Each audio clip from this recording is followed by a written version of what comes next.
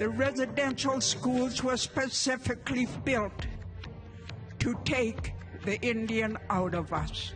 Tonight, as modern-day leaders vow to expand the search for unmarked graves, survivors remain resilient. They buried us, but little did they know they were planting seeds. Members of the Kahnawake territory next door to Montreal elect a new Grand Chief, and she's no ordinary leader.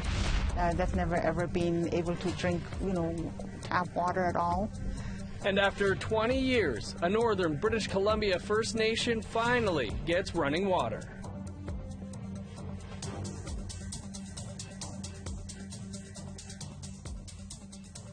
Good evening, I'm Dennis Ward. Welcome to APTN National News.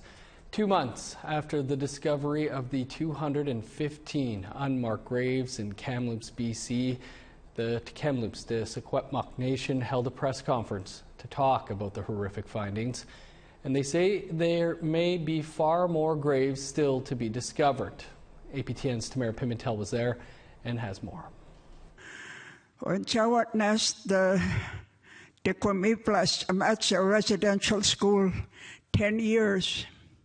I attended the residential school for 10 years. Survivors of the Kamloops Indian Residential School, like Evelyn Camille, shared their stories after details of the discovery of 215 children were released. Members of the Tk'emlúps to Secwépemc community held a press conference in Kamloops to give details on the discovery and where they plan to go next.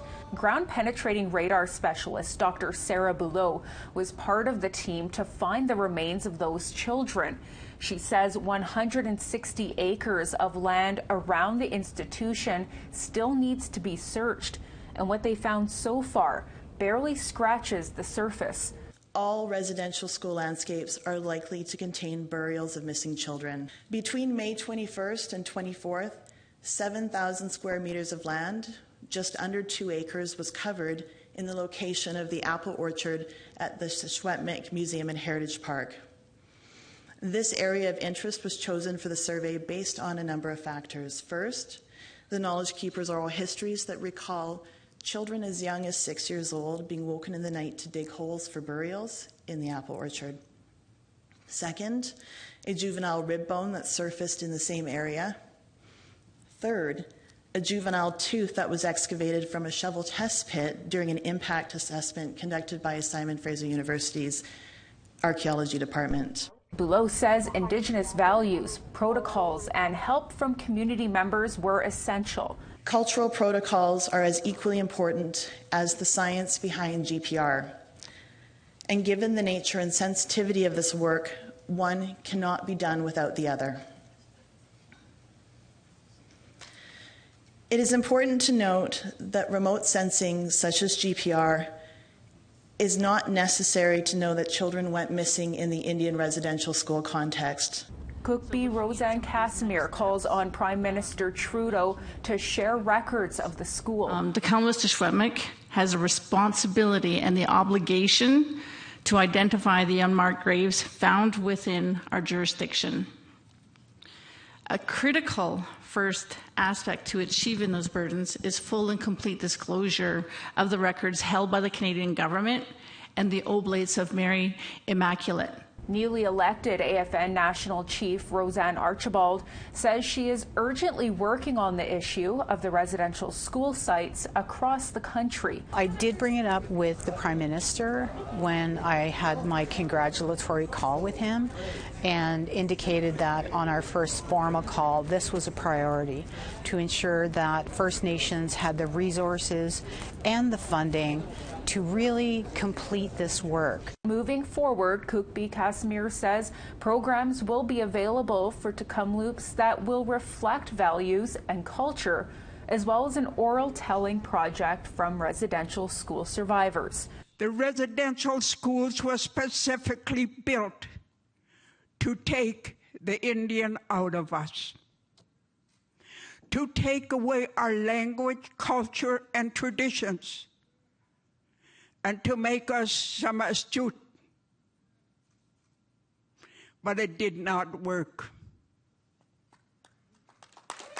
Tamara Pimentel, APTN National News, Kamloops. At the press conference in Kamloops, survivors who went to the residential school spoke about their experiences and how they found the strength to build a life afterwards. I attended the residential school for 10 years.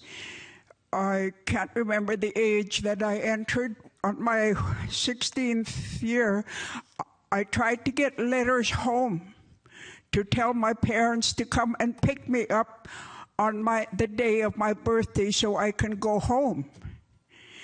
But as many of you know, or may not know, that all letters sent home was censored. They tell us to write letters home to our parents, which made us very happy because it was the only contact we had with our parents, is some letters sent home. In my letters, I had tried to explain the abuse that was happening in residential schools. For me, it is very hard to talk about it. I didn't even talk about the abuse in residential schools to my children. And today they're shocked to hear all what is happening, especially finding of the babies. I was taken from a loving home that only knew humor, laughter, love, and honor, put into a cold, stark environment that didn't honor or respect who we were, that could not comfort a 6-year-old who was crying, wanting to go home, or wanting to be with her brother whom she was not allowed to speak with. I jumped on my brother's back going through those front doors, and they had to pry me from him. That was the first time we were ever separated. I had about 12 siblings. Every one of us were fluent in the language, and my grandmother made sure of that. She absolutely refused to speak English. And when we went to the residential school, all of that changed.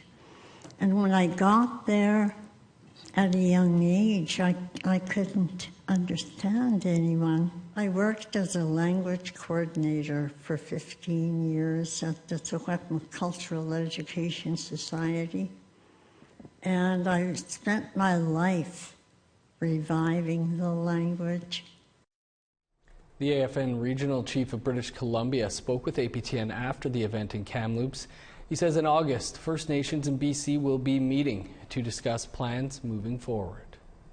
Perhaps there can be a concerted plan to deal with the many grave sites and really the rediscovery of these grave sites in the province of BC. Perhaps we should have a more national discussion and maybe a commission on all these residential school sites. Manitoba's new Minister of Indigenous Reconciliation and Northern Relations is apologizing once again today. Alan Lajamodier says he is sorry to all Canadians whom he offended greatly with his comments about the positives of residential schools. During his first news conference just hours into his term as minister, he was called out by Manitoba NDP leader Wab Kinew. Lajamodier replaced Eileen Clark, who resigned after controversial comments by Premier Brian Pallister. Mental wellness state of emergency in the Cree Nation in northern Manitoba. That story and more still to come.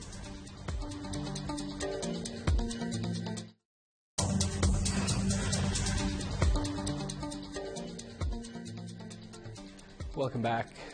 Cree Nation in northern Manitoba has declared a state of emergency because of recent suicides and self-harming. With more, here's Michelle Karlinzig. In the past 2 months, the Tk'emlúps Cree Nation has seen 4 youth take their lives.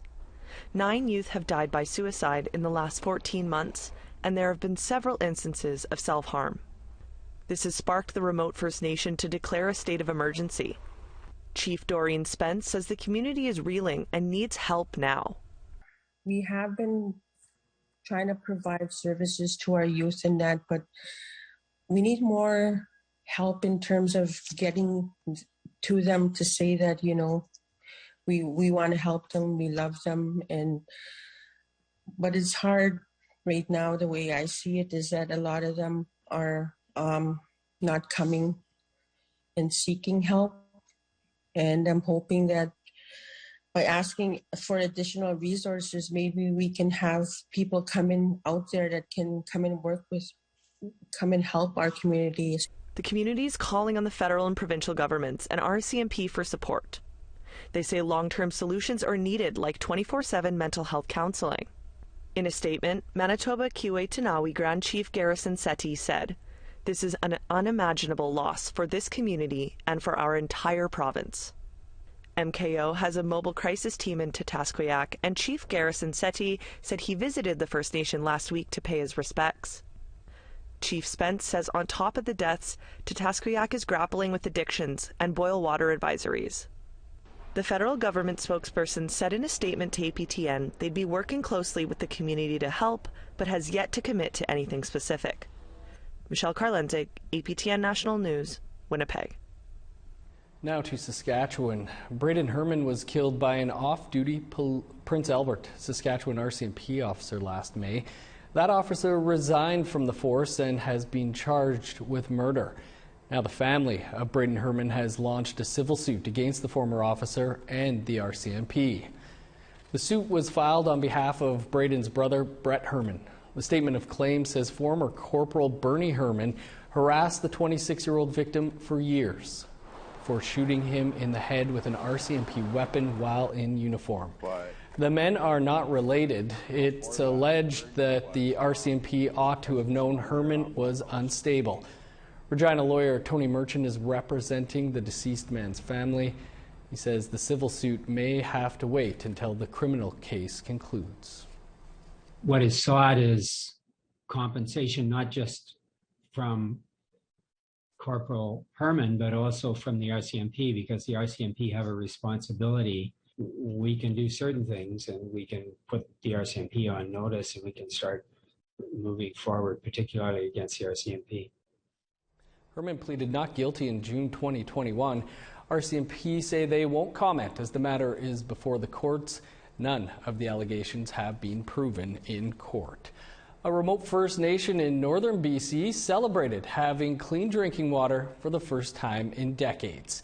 APTN Nation collaborated with the University of British Columbia to build the new water treatment plant, which they hope will keep the clean water flowing long term.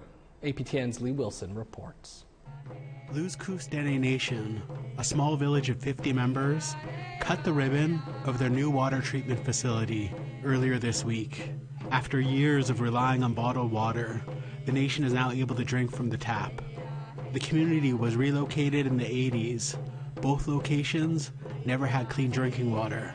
They've never ever been able to drink, tap water at all.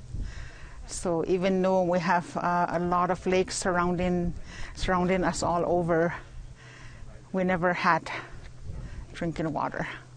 In 2008, 2 wells were drilled, but were found to have elevated contamination levels. They were also built close to a historic burial site. Water transportation is also difficult due to the remote location. The closest large community is Quesnel, which is nearly 200 kilometers away and is accessible only by a single logging road. The roads sometimes weren't the best, so it would take longer to come in, or they just couldn't make it in. The winter time, is always the worst because of the amount of snow that we get. At the ceremony, University of British Columbia professor Dr. Majit Mohseni was wrapped in a blanket, honoring him for his hard work on this project. In 2014, the UBC team was invited to the northern community to find a solution. Dr. Mohseni and his team listened to the community on their specific needs and included them in all phases. Every community has specific needs when it comes to their water treatment systems. The individual components may be the same, but the package might be different. And that package need to be designed and developed based on the specific needs of the community. The water treatment facility is scaled to the nation's needs, built to be simple and sustainable. It uses UV light and chlorine to disinfect the water. The nation's water operator was included in the process. I've been in constant communication with the operator. We involved him along the way, and it was something that he felt comfortable with. He received not only training along the way, but also provided feedback in terms of what he likes to see. The water treatment facility has been operational for a few months. It was the determination of the APTN Nation and the UBC team to overcome the challenges that included wildfires and then a global pandemic. The nation continues to celebrate this accomplishment. The biggest impact for the community was the day that the water treatment plant got trucked in. Even though it was not set up, it was not connected, that's when it's here. Lee Wilson, APTN National News, Tk'emlúps. Great news indeed. Well, coming up, a profile of a new leader who is breaking barriers. Stay with us.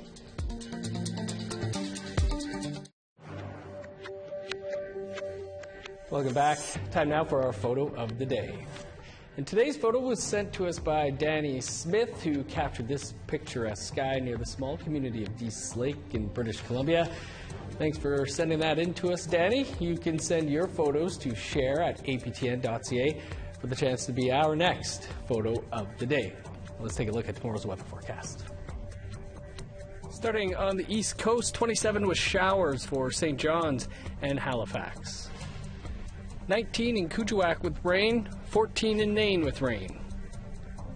Cloudy and 25 in Montreal, showers and 28 for Chibougamau. Sunny skies and 28 in Sault Ste. Marie, 26 in North Bay. 30 under sunny skies for Thunder Bay, rain and 29 in Sioux Lookout. 21 with rain for God's Lake and Norway House. 32 in Winnipeg and Gimli, 34 in Barons River. 34 in Regina with showers, 35 for Swift Current, 18 in Uranium City, 17 with showers in La Ronge. In northern Alberta, 21 with rain in Fort McMurray, 13 and rain in Peace River, 34 and sunny for Medicine Hat, 26 in Calgary, 23 with showers in Vancouver, 30 for Kamloops and Penticton, 20 and showers in Prince George, 17 with rain for Fort Nelson, 25 in Old Crow with rain, sunny and 20 in Whitehorse. 17 in Yellowknife, 26 for Norman Wells. +4 and showers in Sax Harbor, 21 in Paulatuck. 15 in Chesterfield and Baker Lake, 16 for Arbiette. 5 with snow in Resolute, 4 in Arctic Bay. It's been a wild couple of weeks of firsts for women in politics. Canada, the Assembly of First Nations, and the Mohawk community of Kahnawake all made history by appointing Indigenous women to key leadership roles. Tonight, our reporter Lindsay Richardson takes us south of Montreal to Kahnawake to meet Gasanahawi Sky Deer, Kahnawake's first ever woman to be elected Grand Chief. So this is the garden area of medicinal plants for the MCK Language and Culture Training Program. It's not a great day for interviewing outside, but it's the perfect time for a garden stroll. This wasn't here when I was in the program. So yeah, we'll go through and look at a couple of the signs, and I'll see if you could say some in Ganyageha. 5 years ago, when she was a Mohawk Council chief, Gasanahawi Sky Deer took special training here. This one's not bad. Joheta Guarunde. Joheta Guarunde. Yeah, there you go. All right. Today, she shares some of what she learned. In the back there is Gatse Gahi Ogrede. It's a pear tree. Gatse. Gatse. Gahi. Gahi. Ogrede. Ogrede. Gatse is like a glass. Okay. And fruit, so it's shaped like a glass, think of hourglass. Okay. So it's descriptive in saying it's a fruit that looks like a glass and a tree. So the pear tree that looks like glass. But this garden isn't the only place where Kahnawake's newly elected Grand Chief sees growth. Because I seen some really nice and powerful memes saying, you know, they buried us, but little did they know they were planting seeds. The seeds of change and the things that are that are going to be coming. So. It's been a high-profile, historic 2 weeks for Indigenous women in politics, starting when Sky Deer won Kahnawake popular vote, becoming the first woman and first LGBTQIA+ member to hold the role of Grand Chief. Without missing a beat, Canada then appointed its first ever Indigenous Governor General. Days after that, the Assembly of First Nations elected its first ever female national chief.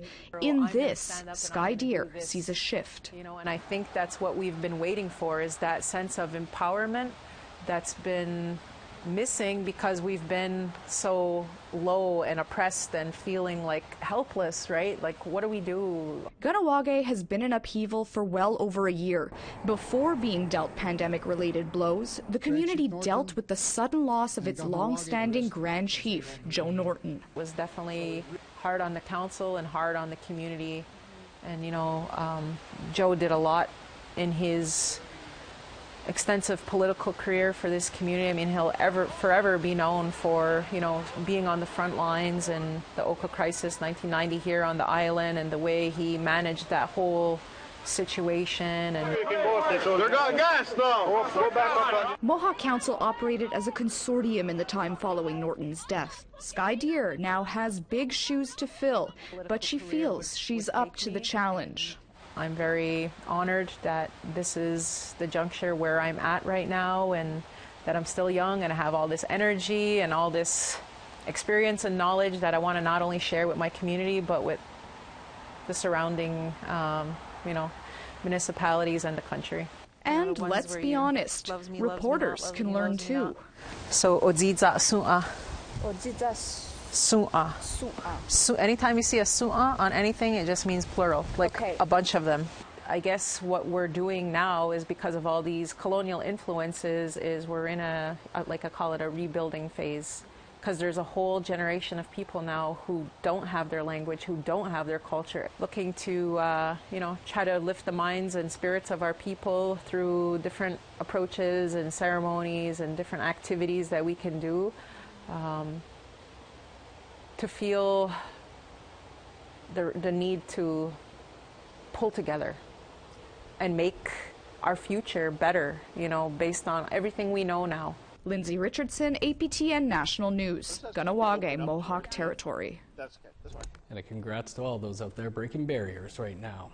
Some sad news to leave you with tonight. A well-known advocate for flood victims forced from their homes in the Manitoba Interlake 12 years ago has passed away. Bertha Travers was from the Little Saskatchewan First Nation. In 2011, the government of Manitoba opened floodgates and diverted water from the Assiniboine River into Lake Winnipeg. The resulting flood forced the evacuation of thousands of band members from several Interlake communities, including Bertha's. She emerged as a voice for grassroots band members. Her efforts were considered more effective than some of the elected leaders in obtaining new homes and compensation for the flood victims. Bertha was 72. Many of us were close with Bertha here. Our condolences to the family. That's all the time we have for your APTN National News for this Friday. For news anytime, visit our website, aptnnews.ca. I'm Dennis Ward. Thanks for being with us. Have a great night.